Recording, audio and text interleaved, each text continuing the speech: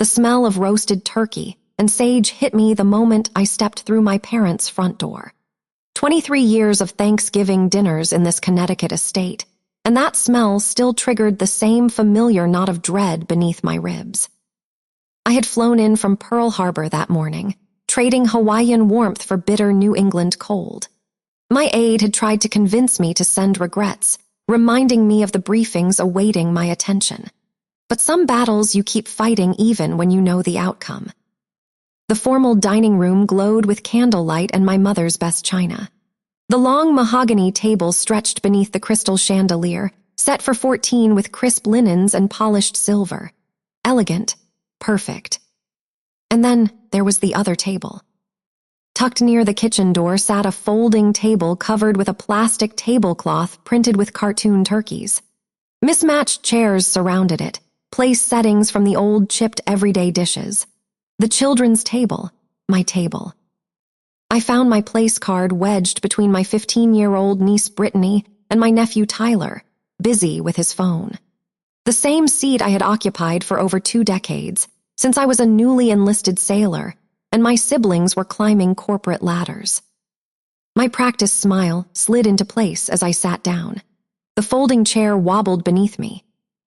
From across the room, my brother Marcus's laugh boomed near the fireplace. At 48, he had grown into a louder version of our father, complete with expensive suits and the arrogance of a man never told no.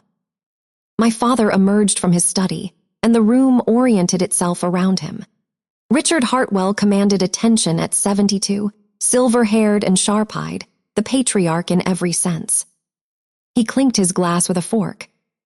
"I want to propose a toast," he announced with boardroom authority.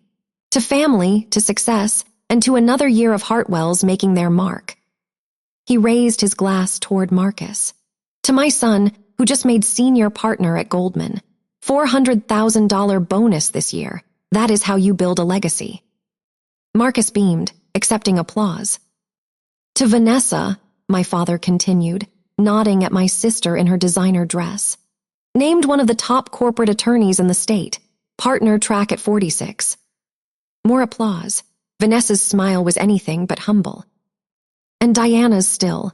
His eyes found me at the children's table. He waved vaguely. "Doing her thing out west somewhere, that's nice." A polite smattering of acknowledgement. Relatives glanced my way with pity and disinterest.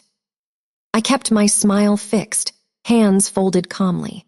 Naval service had taught me many things, but perhaps most valuable was maintaining composure when everything inside wanted to react.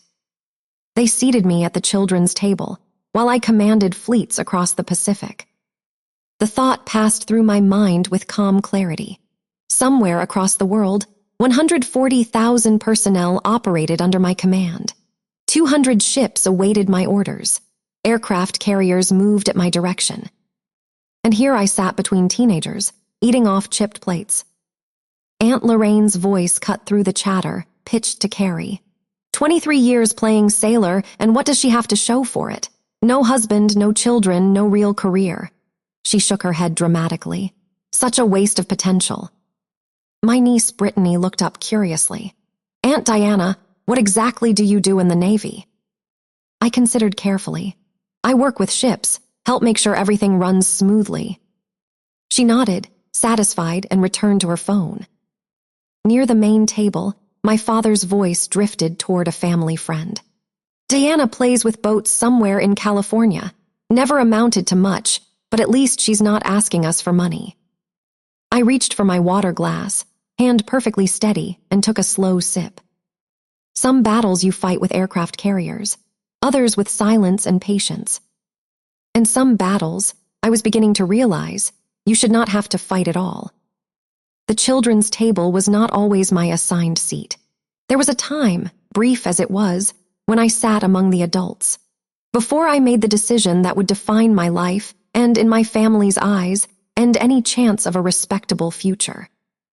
I was 21 years old when I told my parents I had been accepted to the United States Naval Academy.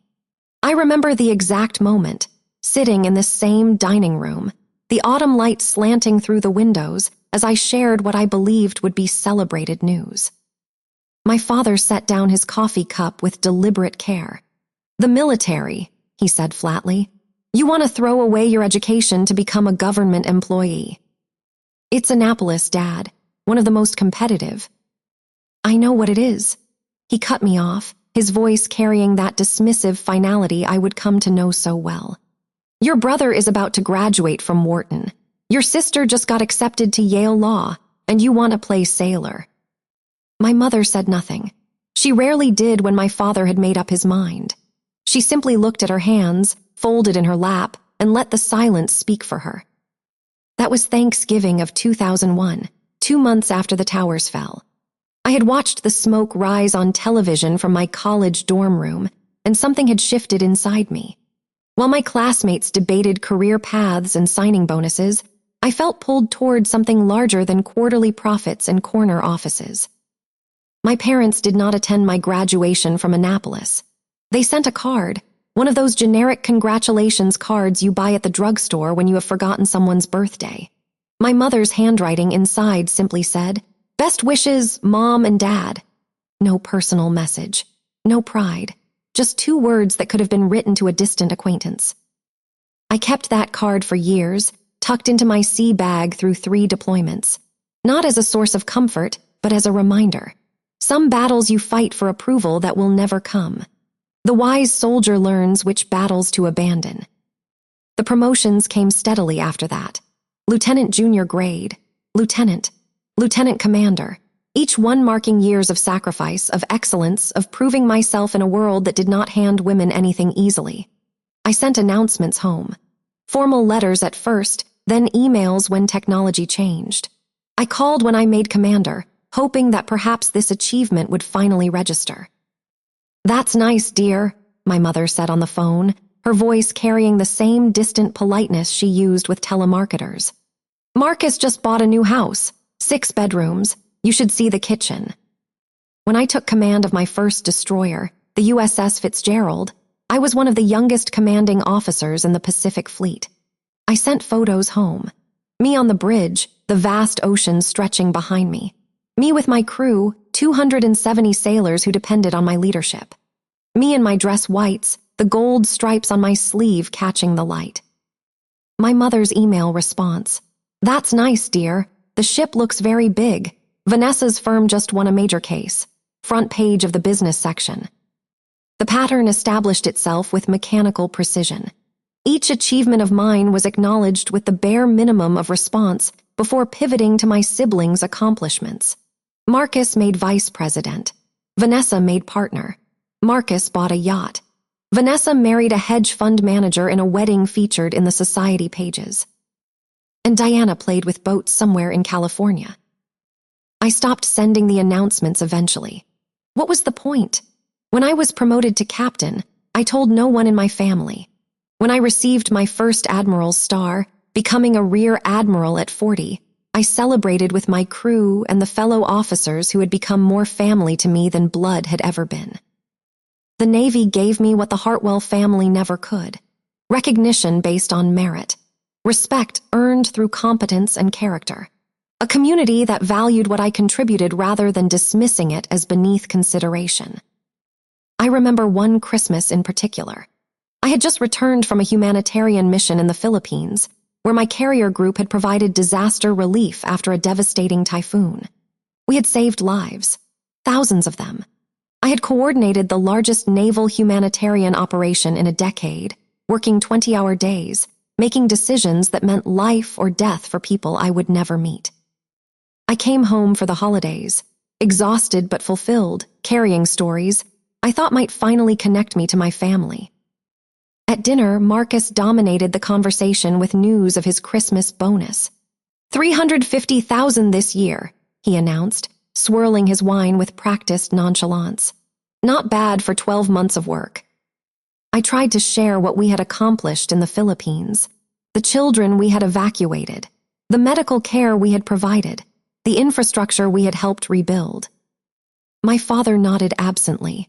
"That's nice, Diana. Glad the taxpayers are getting their money's worth." Then he turned to Marcus. "Now tell me more about this merger you're working on." That night I stood outside on the back porch, watching snow fall on the garden my grandmother had planted decades ago. She had been gone for 15 years by then, the only person in this family who ever saw me clearly. "You're going to do something important, Diana," she told me once, when I was barely 10 years old. "Something that matters. I can see it in you." She was the one who had shown me pictures of her brother, my great-uncle, who had served in the Navy during World War II. She spoke of him with such pride, such reverence for his service. I think she would have understood my choice. I think she would have been proud. But she was gone, and I was alone on a frozen porch, wondering why I kept coming back to a family that saw right through me. The answer, I realized over the years, was simpler and more complicated than I wanted to admit. This house held my grandmother's memory. These walls had witnessed the only unconditional love I had ever received from a Hartwell.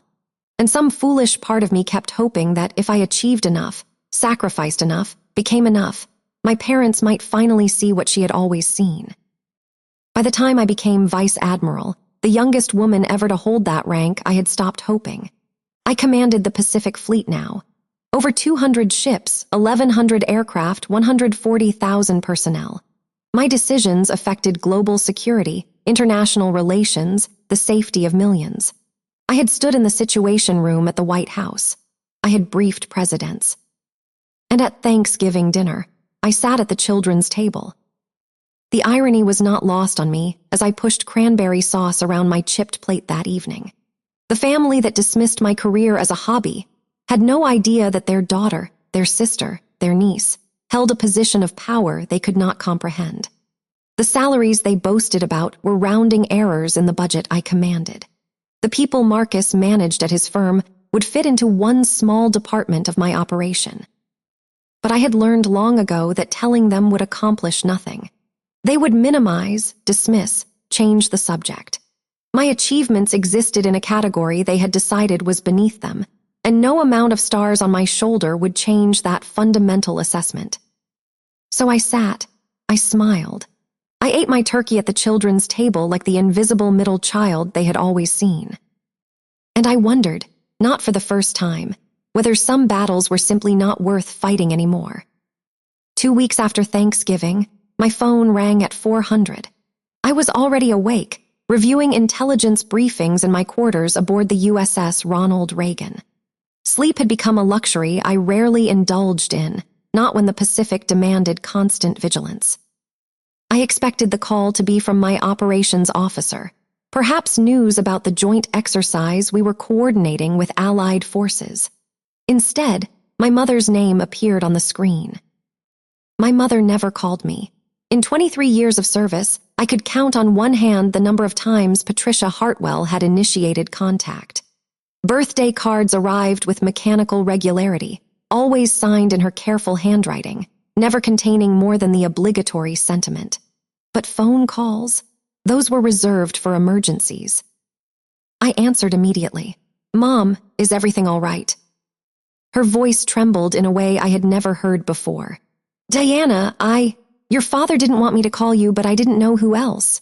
She trailed off, and I heard something that stopped me cold. My mother was crying. "What happened?" I stood up, military instincts taking over. Assess the situation. Gather information, prepare for action. "It's the house, Diana. We're going to lose the house." The words didn't register at first. The Connecticut estate had been in our family for 3 generations. My grandfather had purchased it after World War II, building his manufacturing business from the ground up. My grandmother had planted the garden, raised her children within those walls, and eventually passed away in the upstairs bedroom overlooking the property she loved. That house was the physical embodiment of Hartwell legacy, the one thing my father valued above almost everything else. "What do you mean, lose it?" I asked carefully. The story emerged in fragments between my mother's sobs. My father had made investments, significant ones. Marcus had advised him on several aggressive positions that were supposed to yield substantial returns. Instead, the market had turned against them. Badly. The losses had compounded, and my father, too proud to admit the mistake, had leveraged more to try to recover. He had taken out a second mortgage on the house, then a third. He had borrowed against every asset he owned. And now the bank was calling in the debts. Foreclosure proceedings would begin within 30 days unless someone could produce $2.1 million. Your father is devastated, my mother continued, her voice steadying slightly. He won't eat, he barely sleeps. He keeps saying he's failed the family, failed your grandfather's memory. She paused. We're having a meeting this weekend. Everyone's coming to discuss options. I know you're busy with your work, but if you could be there. The invitation felt like an afterthought, which it probably was. They were not calling me because they thought I could help. They were calling because family propriety demanded that even the disappointing middle child be informed when the dynasty was crumbling. I'll be there, I said quietly. After I hung up, I walked to the window of my quarters and stared out at the pre-dawn darkness over the Pacific. Somewhere out there, destroyer escorts maintained their patrols. Submarines ran silent beneath the waves. An entire fleet operated under my command, executing missions that protected the security of millions. And my family needed $2 million to save a house from the consequences of their own arrogance. The irony was almost too perfect. Marcus, the financial genius whose bonuses my father toasted every Thanksgiving, had advised his way into destroying the family's most precious asset. The corporate success story my parents had championed for decades had led them directly to ruin. Meanwhile, the daughter who played with boats had a salary, benefits, and accumulated savings they could not begin to comprehend. Vice admirals were not wealthy by Wall Street standards, but decades of dedicated service, hazard pay from deployments, and virtually no expenses at sea had built a substantial reserve. I could write a check and barely feel it. The question was whether I should. I poured myself coffee and sat with the weight of the decision. Part of me, the wounded child who had spent 2 decades at the children's table, wanted to let them struggle, let them sell the house, let them experience the consequences of the priorities they had chosen. Maybe then they would understand what they had dismissed so carelessly for so long. But another part of me thought of my grandmother, her garden, now tended by a landscaping service because my mother couldn't be bothered, her kitchen, where she had taught me to bake cookies before I was old enough for school, her bedroom, where she had held my hand and told me I was destined for important things. That house was not just my father's legacy. It was hers too. And she deserved better than to have her memory sold at auction because her son and grandson had gambled it away. I thought about the nature of power and how to wield it. In the Navy, I had learned that true authority came not from dominance but from responsibility. A good commander didn't punish subordinates for mistakes. She corrected course and moved forward. She didn't abandon her people when they failed. She showed them a better way. My family had failed me in countless ways. But did that mean I should fail them in return? The sunrise began to break over the horizon, painting the Pacific in shades of gold and amber. I watched the light spread across the water, touching the ships of my fleet, illuminating the power I had built through 23 years of service. They had seated me at the children's table. They had dismissed my career as a hobby. They had overlooked every achievement, minimized every sacrifice, ignored every triumph. But I was not them.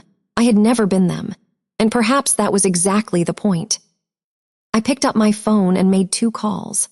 The first was to my financial advisor, instructing her to prepare a certified check for $2.3 million, enough to clear the mortgage, the liens, and any outstanding taxes. The second was to my aide-de-camp, requesting that certain documents be prepared and delivered to me at a civilian address in Connecticut. If I was going to save my family's house, I was going to do it my way. And this time, they would not be able to look away from who their invisible daughter had become. I arrived at the Connecticut estate on Saturday afternoon, driving a rental car from the airport rather than accepting the Navy transport that had been offered. Some instinct told me to approach this situation on my own terms, without the trappings of my position visible from the start. The December sky hung gray and heavy over the property as I pulled into the driveway. Other cars were already there. Marcus's silver Mercedes, Vanessa's black Range Rover, and several vehicles I recognized as belonging to aunts, uncles, and cousins. The family had assembled in force, circling the wagons around the crisis that threatened their shared legacy. I sat in my car for a moment, studying the house I had known all my life. The white colonial facade, the black shutters, the wraparound porch where my grandmother used to sit in her rocking chair on summer evenings. Snow dusted the lawn and clung to the branches of the old oak tree I had climbed as a child. Despite everything, this place still felt like the closest thing to home I had ever known. My phone buzzed. A text from my aide. Documents prepared, awaiting your signal for delivery. ETA 15 minutes from your location upon request. I replied with a simple acknowledgement and stepped out of the car. The front door opened before I reached it.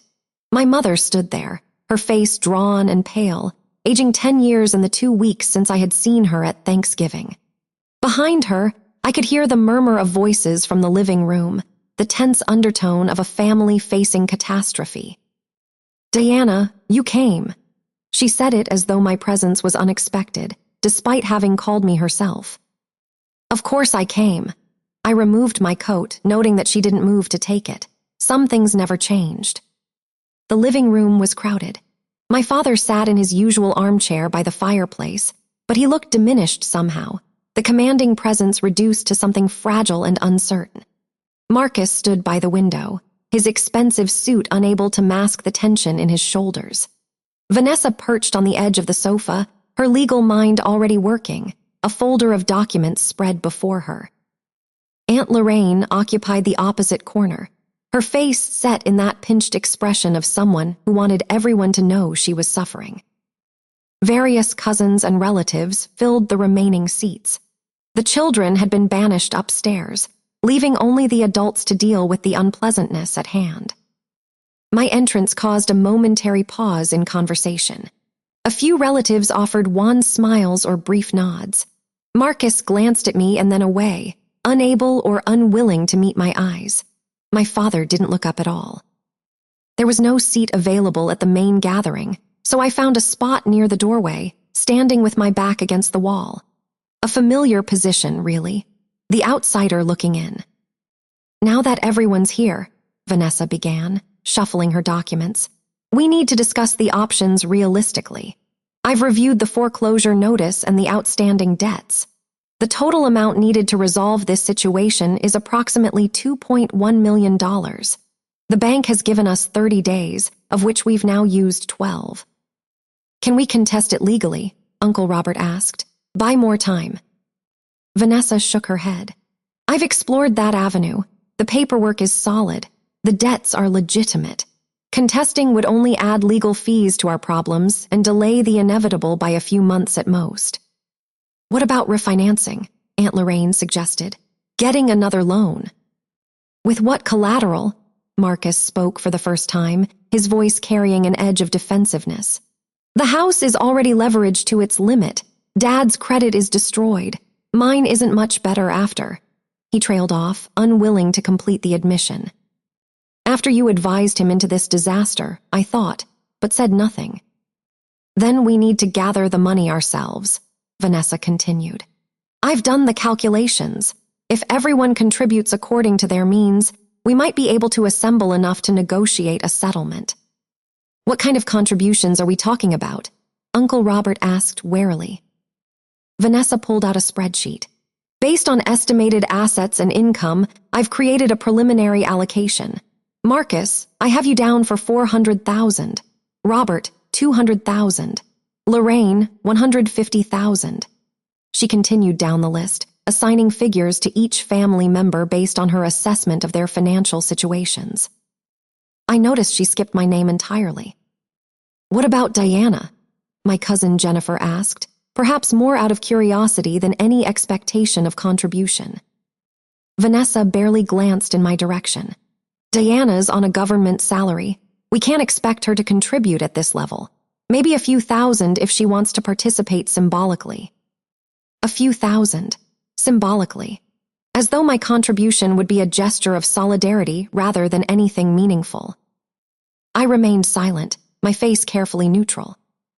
"I can probably do 300,000, Marcus said slowly, "but it would mean liquidating some positions at a loss. And frankly, Given the current market conditions, that's not ideal. None of this is ideal, my father spoke suddenly, his voice raspy. This is my fault, my decision, my failure. Dad, we're not here to assign blame, Vanessa said quickly. We're here to find solutions. The solution is obvious, Aunt Lorraine snapped. We sell, take whatever we can get from a quick sale and walk away. It's just a house. It is not just a house. My father's voice rose, a flash of his old fire emerging. This is your parents' home, your grandparents' legacy. 3 generations of Hartwells have lived within these walls. I will not be the one who loses it. Then what do you suggest? Lorraine demanded. Bankruptcy, public humiliation, the Hartwell name dragged through the courts. The argument escalated, voices overlapping, accusations flying.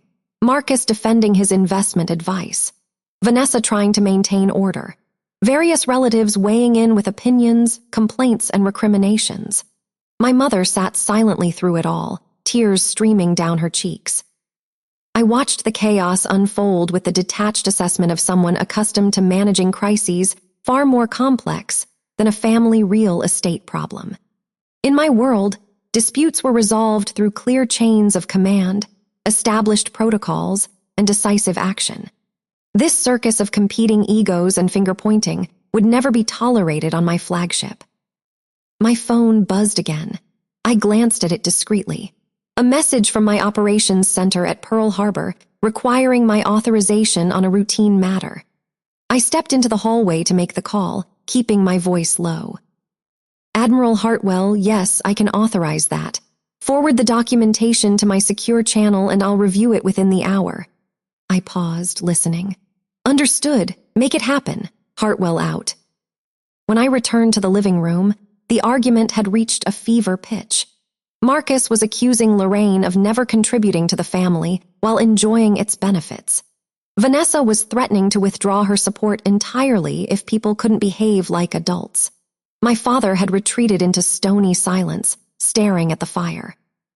Those of us who can contribute should discuss real numbers, Vanessa was saying, her voice sharp with frustration. And those who can't should perhaps limit their opinions about how the rest of us handle our money. Her gaze flickered toward me as she said it. The implication was clear. Diana obviously can't help with this level of problem, she continued dismissively. This is a conversation for people with actual resources. They seated me at the children's table, while I commanded fleets across the Pacific. The phrase echoed in my mind once more, but this time it carried a different weight. Not resignation, not bitter acceptance, but something closer to clarity. They truly had no idea. After all these years, they still saw the young woman who had thrown away her education to play sailor. They couldn't conceive of any reality in which I might be their equal, let alone their superior. I studied the room, cataloging each face, each expression. My father's defeat, my mother's tears, Marcus's guilt poorly masked by defensiveness, Vanessa's calculating control, Aunt Lorraine's performative distress. These were the people who had defined my worth by their own limited standards for more than 2 decades. These were the people who had overlooked every accomplishment, dismissed every sacrifice, ignored every triumph. These were the people who still, even now, couldn't imagine that the invisible middle child might have something meaningful to offer. I thought about the check sitting in my secure briefcase in the rental car. $2.3 million, already certified and ready. More than enough to solve every problem in this room. I thought about the documents my aide was prepared to deliver. The official papers that would reveal exactly who Vice Admiral Diana Hartwell had become. And I thought about my grandmother, who had seen something in me that no one else in this family ever had. It was time. I cleared my throat softly.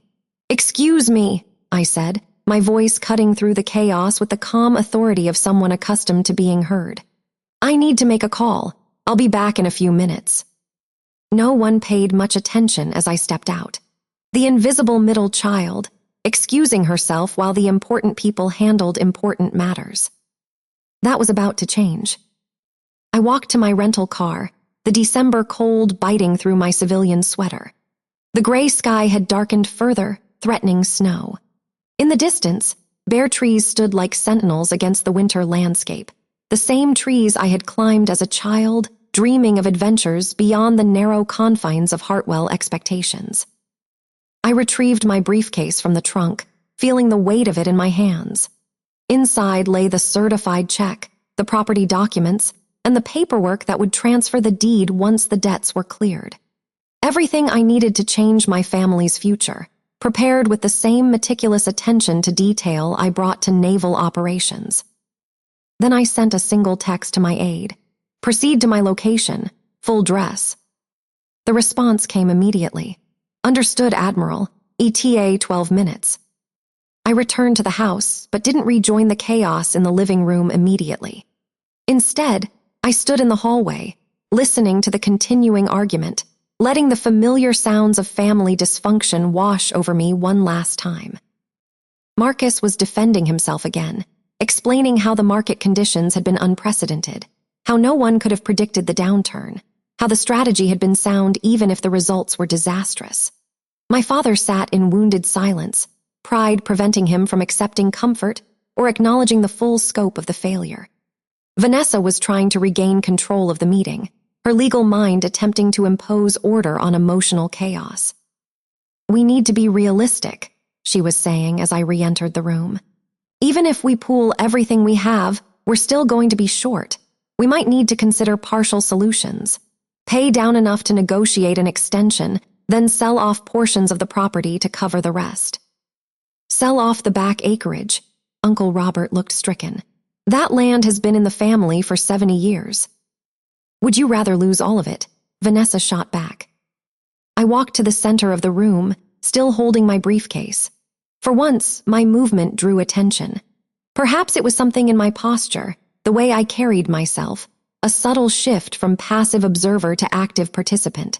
Several conversations trailed off as family members turned to look at me. Deanna, my mother said uncertainly, is everything all right? I set the briefcase on the coffee table, the same antique table my grandmother had purchased at an estate sale 50 years ago. I opened it with deliberate care, removing a folder of documents. I have a solution, I said simply. Vanessa raised an eyebrow, her expression hovering between curiosity and condescension. A solution? Diana, this isn't really your area of expertise. We're talking about significant financial instruments, property law, banking negotiations. I understand exactly what we're talking about. I kept my voice level, allowing no emotion to color the words. I've reviewed the outstanding debts, the foreclosure timeline, and the legal requirements for resolution. I've prepared accordingly. Marcus let out a small, uncomfortable laugh. Prepared? Diana, no offense, but you work for the government. You can't possibly. I removed the certified check from the folder and placed it on the table. The amount was clearly visible, $2,300,000 made out to the mortgage holder. The room went silent. For a long moment, no one moved. No one spoke. The only sound was the crackling of the fire in the fireplace and the soft tick of the grandfather clock in the corner. My father leaned forward, squinting at the check as though unable to process what his eyes were telling him. Marcus's hand froze in midair, reaching for his coffee cup. Vanessa's mouth opened, then closed, then opened again, but no sound emerged. That's, Aunt Lorraine's voice came out as a whisper. That can't be real. It's certified, I said calmly. Drawn on my personal accounts. Sufficient to pay off the primary mortgage, the secondary lien, the back taxes, and any outstanding fees. The house will be free and clear. But how? My mother's face had gone pale. Diana, where did you get that kind of money? The doorbell rang before I could answer. I had timed this well, though I hadn't planned it quite so precisely. The universe, it seemed, had a sense of dramatic timing. Excuse me, I said and walked to the front door. Lieutenant Commander Sarah Chen stood on the porch in her full dress blues, her posture impeccable, her uniform adorned with the ribbons and insignia of a distinguished naval career. Behind her, visible in the driveway, 2 black SUVs had pulled up, their official government plates clearly displayed. 3 additional naval officers stood at attention near the vehicles. Vice Admiral Hartwell, Lieutenant Commander Chen said, her voice crisp and clear in the winter air. The documents you requested from JAG, ma'am, and the additional bank paperwork has been processed as you specified. She handed me a leather folder, embossed with the seal of the United States Navy. Thank you, Commander, I replied, returning her salute. Please wait here. I may need additional documentation. Aye, Admiral. I turned to find my entire family crowded in the hallway behind me, their faces displaying various stages of shock and confusion. Marcus had gone white. Vanessa's legal mind was visibly working, trying to reconcile what she was seeing with everything she thought she knew. My father stood frozen, his eyes fixed on the naval officers in his driveway. Diana, he said slowly, his voice barely above a whisper, what is happening? I walked past them, back to the living room, and they followed like children trailing after a parent. The power dynamic had shifted so completely that no one seemed to know how to respond. For the first time in my life, I had their complete and undivided attention. I set the new documents alongside the check on the antique table. 23 years ago, I began, my voice steady, I told you I had been accepted to the United States Naval Academy. You told me I was throwing away my education to become a government employee. You refused to attend my graduation. You dismissed every achievement, every promotion, every milestone of my career as a hobby unworthy of the Hartwell name. I looked at my father directly. You seated me at the children's table every Thanksgiving for 23 years because you couldn't conceive of a reality in which my path might lead somewhere meaningful. I removed an official photograph from the folder and placed it on the table.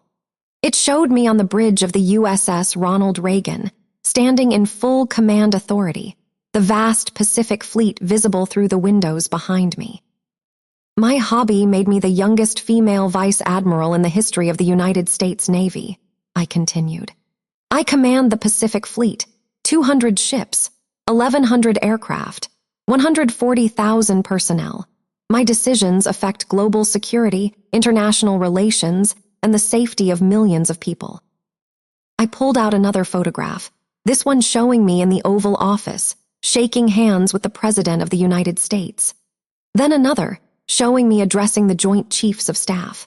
Then another, showing me receiving my third star, the ceremony attended by senators, admirals, and foreign dignitaries. This is my little military hobby, I said, letting a hint of steel enter my voice. This is what I became while you were laughing about boats and feeling sorry for the daughter who never amounted to anything. The silence in the room was absolute. I could hear my own heartbeat, steady and controlled, the calm center of a storm that had been building for 2 decades. Vanessa spoke first, her lawyer's mind finally catching up.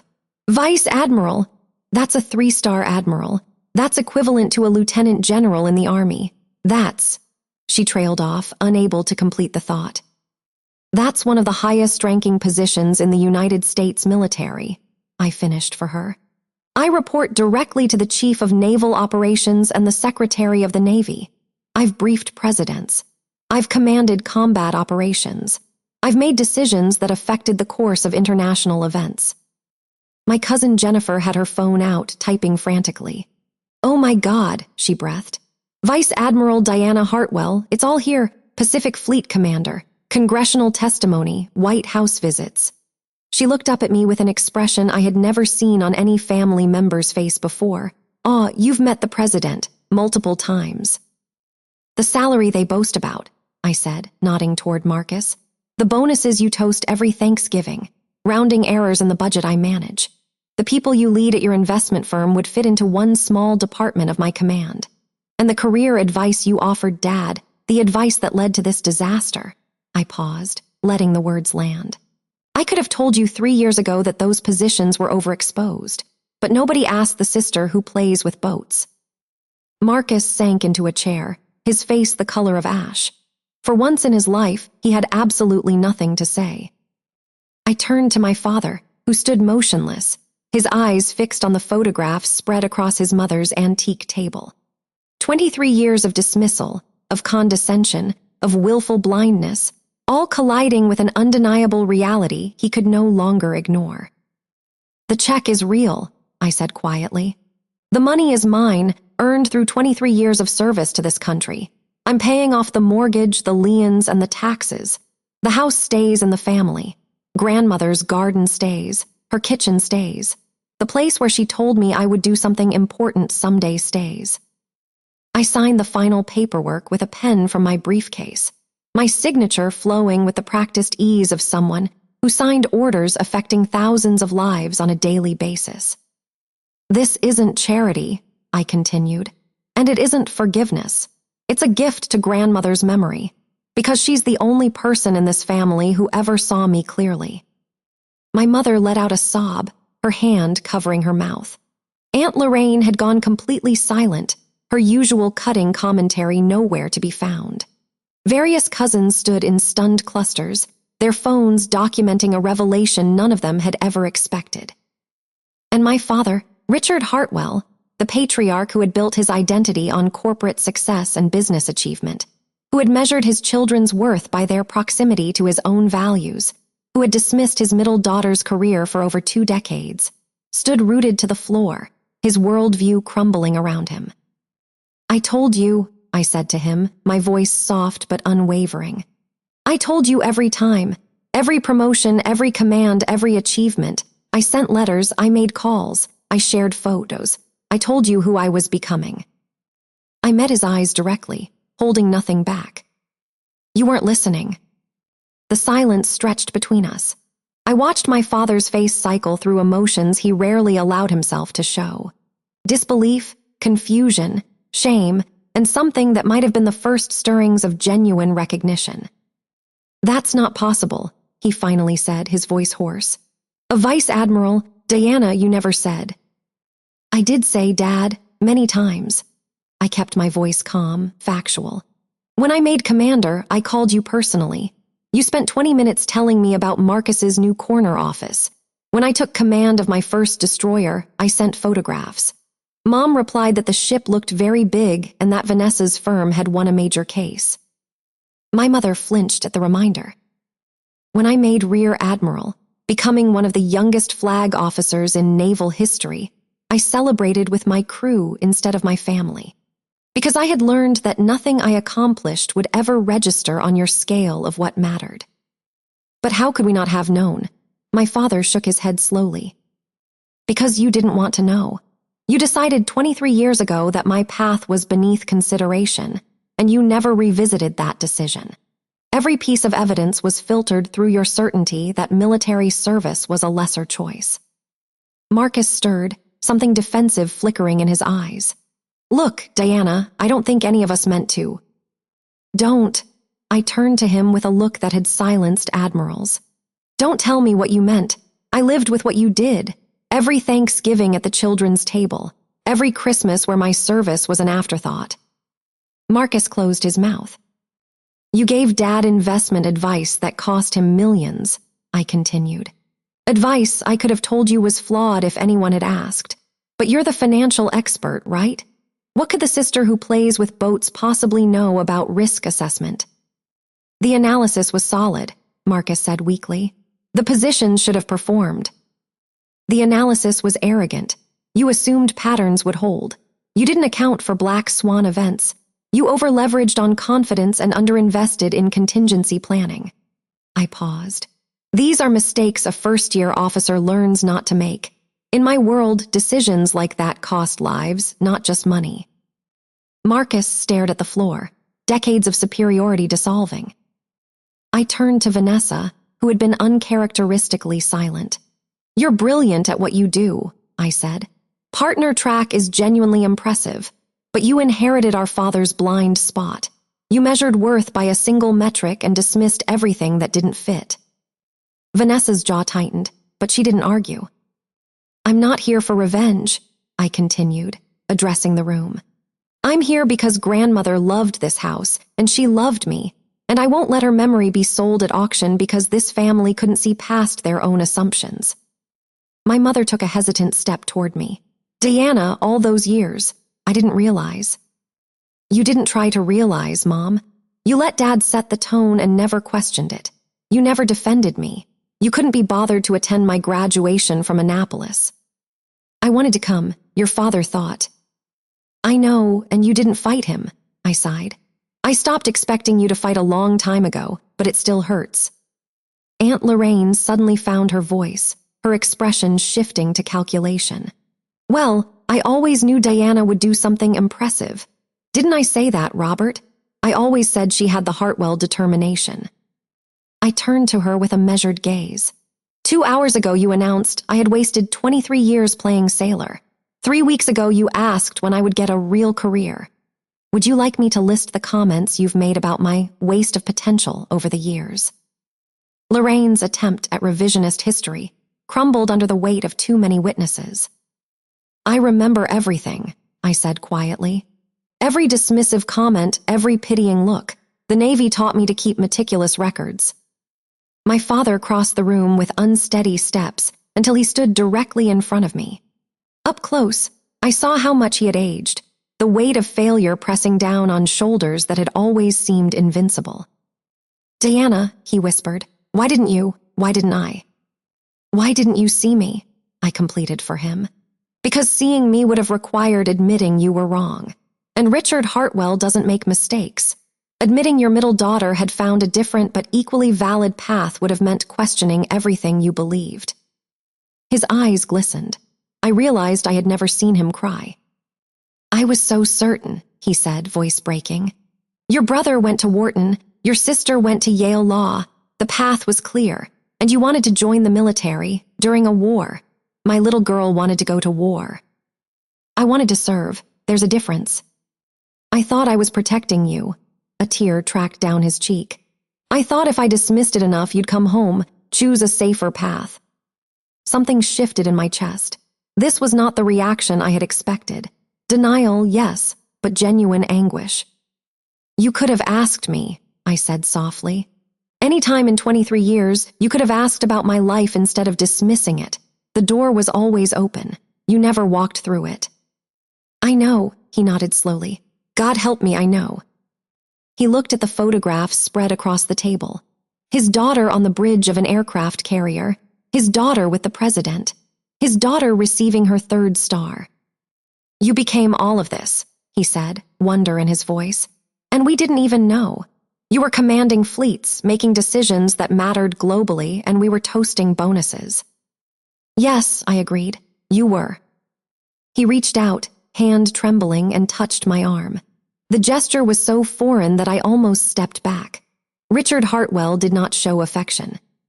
But the man before me was not the patriarch I had known. He was a father realizing he had missed his daughter's entire adult life. I'm sorry, he whispered. Words can't fix 23 years, but I am so deeply sorry. The apology hung between us, fragile and unprecedented. I didn't do this for an apology, I said finally. I did it for grandmother, and maybe for the girl who kept hoping her family would eventually see her. They seated me at the children's table, while I commanded fleets across the Pacific. The phrase passed through my mind one final time as I gathered the signed documents. But now it carried a different weight, not bitterness, not resignation, something closer to closure. The house is yours, free and clear, I said. What you do with the relationship is your choice, but I won't sit at the children's table anymore. I won't pretend to be less than I am. My father nodded slowly. You never should have had to. No, I agreed. I never should have. I looked around the room one last time, my mother crying quietly, Marcus staring at his hands, Vanessa processing silently, Aunt Lorraine deflated, cousins still clutching their phones. I need to return to Pearl Harbor tomorrow, I said. I have a fleet to command, but I wanted you all to understand something before I left. I straightened, feeling the full weight of my rank settle onto my shoulders. I never needed your approval to become who I am. I built my career on my own merits, earned every promotion through sacrifice and excellence. Your recognition doesn't validate me. It never did. I paused. But I needed you to know the truth, not for vindication, for honesty, because this family has operated on lies of omission for too long, and someone had to break the pattern. My father wiped his eyes, composing himself with visible effort. What happens now? That's up to you, I said simply. I've done what I came to do. The rest is your decision. I turned and walked toward the front door, my footsteps steady on the hardwood floors my grandmother had polished every week for 40 years. Behind me, the family remained frozen in the aftermath of revelation, still processing the magnitude of what had just occurred. Lieutenant Commander Chen stood at attention on the porch, exactly where I had left her. The December wind had picked up, carrying the promise of snow, but she hadn't moved an inch. That was the Navy. That was discipline. That was the world I had chosen, the world that had chosen me back. Admiral, she said crisply, your vehicle is ready. Thank you, Commander. I heard footsteps behind me and turned to find my father following me onto the porch. He looked older than I had ever seen him, diminished somehow, the commanding patriarch reduced to an uncertain man seeking something he didn't know how to ask for. Diana, wait, please. I paused but didn't turn fully. The naval officers by the SUVs watched discreetly, their training keeping them focused on their duties while remaining aware of the situation. I know I have no right to ask anything of you, my father said, his voice rough with emotion. After everything, after 23 years of failing you in ways I'm only beginning to understand. He stopped, struggling for words that didn't come easily to a man who had always spoken with such certainty. But I need to know, is there any chance, any possibility that we could start over? I turned to face him fully. The cold wind bit at my cheeks, but I barely felt it. You can't start over, Dad. That's not how time works. You can only move forward. Then can we move forward? He took a step closer, his eyes searching my face for some sign of hope. Can we try to build something new, something honest? I considered the question carefully. 23 years of hurt didn't disappear with a single afternoon of revelation, no matter how dramatic. The scars of being dismissed, diminished, and overlooked had shaped me in ways that couldn't be undone. But they had also made me strong. They had driven me to prove myself in an arena where merit was the only currency that mattered. I don't know, I said honestly. I genuinely don't know if that's possible. Too much time has passed. Too many words can't be unsaid. My father's face fell, but he nodded in acceptance. I understand. I wouldn't blame you if you never wanted to see any of us again. That's not what I'm saying.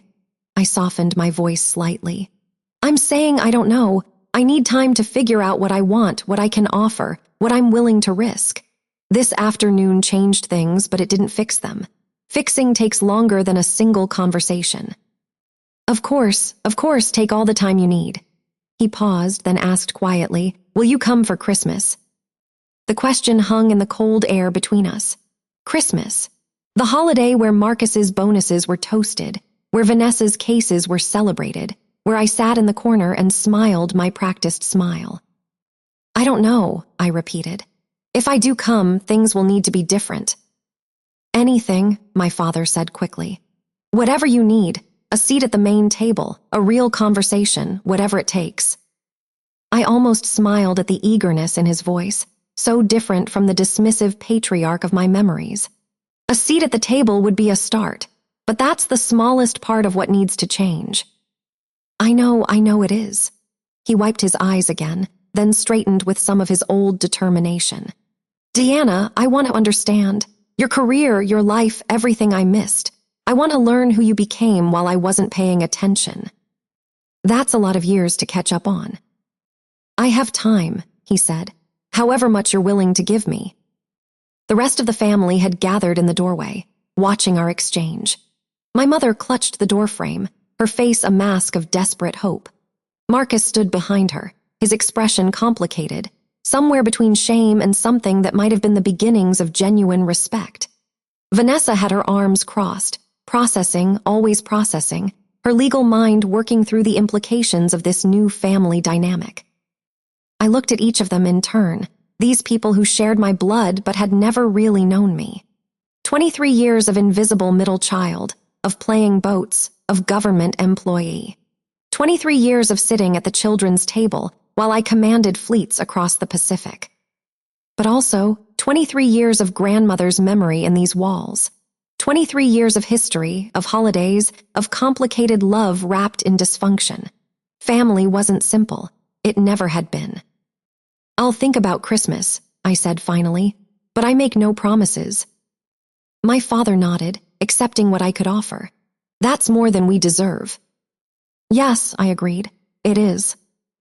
I walked down the porch steps toward the waiting SUVs. Lieutenant Commander Chen fell into step beside me, and the other officers moved to open the vehicle doors. The choreography of military precision, so different from the chaos of family dynamics I was leaving behind. "Admiral," Chen said quietly as we approached the vehicle, "shall I arrange for transport directly to the airport?" "Yes, I want to be wheels up within the hour." "Understood, ma'am." I paused at the SUV door and looked back at the house one final time. My family still stood clustered on the porch, watching me go. The Christmas lights my mother had hung last week twinkled in the gathering dusk, and smoke rose from the chimney where my father's fire still burned in the fireplace. My grandmother had planted the garden that bordered the driveway, the same garden now dormant under a thin layer of snow. She had loved every inch of this property, had poured her heart into making it a home. She had seen something in me that no one else in the family could see, and she had told me I would do important things. I had done important things. I had commanded ships and sailors, made decisions that affected global security, earned a position of authority that few people ever achieved. I had become someone my grandmother would have been proud of. And now, finally, my family knew it too. Whether that knowledge would change anything remained to be seen. People didn't transform overnight, and patterns built over decades didn't dissolve with a single revelation. My father might slip back into old habits. Marcus might rebuild his defensive walls. Vanessa might rationalize away her complicity in the family's blind spots. My mother might continue her passive acceptance of whatever direction the wind blew. But maybe not. Maybe the shock of today would shake something loose, open doors that had been sealed for 23 years. Maybe the next family gathering would be different. Maybe, for the first time, they would see me clearly. I didn't need their approval. I had never needed it, not really. My worth was established in the opinions of admirals and sailors, in the trust of presidents and allied commanders, in the responsibility I carried for 140,000 lives and the security of the Pacific. But I was human, and some part of me, the girl who had sat alone on a frozen porch watching snow fall on her grandmother's garden, still wanted her family to be proud of her. I climbed into the SUV, and the door closed behind me with a solid thunk. Through the tinted window, I watched my father raise his hand in an uncertain wave. I didn't wave back, but I didn't look away either. My phone buzzed. A message from my operations center at Pearl Harbor. The fleet continued its work regardless of family drama, and duty called as it always did. I answered with my title, my voice shifting automatically into command mode, and the SUV pulled away from the house where my grandmother had once held my hand and told me I was destined for important things. The road wound through the Connecticut countryside, bare trees standing sentinel against the gray December sky. Behind me, the Hartwell estate grew smaller in the rear window until it disappeared around a curve. Ahead of me, the ocean waited. My ships, my sailors, my purpose. Some people build dynasties with boardrooms and bonuses. I built mine with aircraft carriers and the unwavering dedication of those who serve. The SUV turned onto the highway toward the airport, carrying me back to the life I had chosen, the life that had chosen me. And for the first time in 23 years, I felt something that might have been peace. Not forgiveness, not yet. Not reconciliation, not fully. But peace. The quiet certainty of a woman who had finally been seen, who had spoken her truth, who had honored her grandmother's memory in the most meaningful way she could. The children's table was empty now, and it would stay that way.